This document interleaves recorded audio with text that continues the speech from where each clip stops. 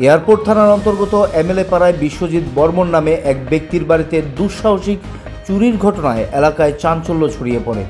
ঘটনার বিবরণে জানা যায়, শুক্রবার গভীর রাতে বৃষ্টির মধ্যে একটি সাবমার্সিবল পাম্পের পাইপ এবং ট্রাক্টরের যন্ত্রাংশ চুরি করে নিয়ে যায় চোরের দল। ঘটনার খবর পেয়ে ঘটনাস্থলে ছুটে আসে এয়ারপোর্ট থানার পুলিশ। শুরু হয় তদন্ত। বাড়ির মালিক বিশ্বজিৎ বর্মন সংবাদ মাধ্যমের মুখোমুখি হয়ে বলেন, একটা চোরের গ্রুপ রয়েছে যারা এলাকায় চুরির কাণ্ড সংগঠিত করছে। তাদের শনাক্ত করে উপযুক্ত ব্যবস্থা গ্রহণ করার দাবি জানান তিনি।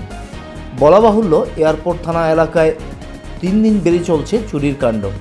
যদিও কিছু কিছু ক্ষেত্রে সাফল্য পাচ্ছে পুলিশ, কিন্তু এখনও রয়েছে একাধিক চোরের দল। তাদের বিরুদ্ধে কঠোর ব্যবস্থা গ্রহণ করার প্রয়োজন রয়েছে বলে দাবি জানান স্থানীয়রা। না, কালকে রাত্র বৃষ্টির সময় মনে হয় সাবমার্সিবলটা লয়ে গেছে আর কি, ওটাই পাইপ সহ প্লাস ট্রাক্টরের কিছু যন্ত্রপাতি আসলো এটি সহ লয়ে গেছে। আপনারা কোন সময় দেখছেন? আমরা তো সকালে 7টার সময় ঘরতে বাইরে হয়ে দেখলাম আর কি। কি দেখলেন? ওই তো হঠাৎ করে দেখি সাবমার্সিবল নাই, নিয়ে গেছে। পুলিশে জানাইছেন? পুলিশ আইছে, পুলিশ আয়া কইছে আমরা একটু তদন্ত করতাম, পুলিশ একটু তদন্ত করে দেখবো এটা কি হয়েছে না হয়েছে।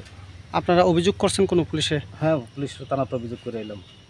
কি মনে হয় কি কারণে এই চুরি হইতে পারে? বা এটা একটা টিমই আছে চোরের। কিছুদিন আগে তারপরেও এরকম সেম একটা চাবন এটা চুরি করতে গেছে, ঠিক মনে হয় এটা তুলতে পারছে না, নিচে না, কিন্তু স্টার্টারটা নিয়ে গেছে তারপরে। এই ধরনের চুরির ঘটনা এই এলাকাতে বর্তমান সময়ে প্রচুর হইতেছে। এটা একটা টিমই আছে, 3-4 জনের লোক একটা টিমই আছে। এবার সাবমার্সিবল নয়তো কল নয়তো সেলু, এই একটার পর একটা তারা এরকম চালিয়েই যাইছে, চলতে আছে এরকম। দুর্গাবাড়ি কিছুদিন আগে এরকম চুরি হইলো, এটার পর ধরা পড়লো, গ্রেপ্তারও করছে পুলিশে। তারপরে পরের বাকিটা আর কিছু কইতে পারতাম না, গ্রেপ্তার হওয়ার পরে কি হয়েছে না। এই ধরনের চুরির ঘটনার পরিপ্রেক্ষিতে আপনারা এলাকাবাসী কি চাইতেছেন এই চুরির ঘটনা বন্ধ হওয়ার ক্ষেত্রে? আমরা চাই এটা পুলিশ সুষ্ঠু তদন্ত করে সুষ্ঠু বিচারক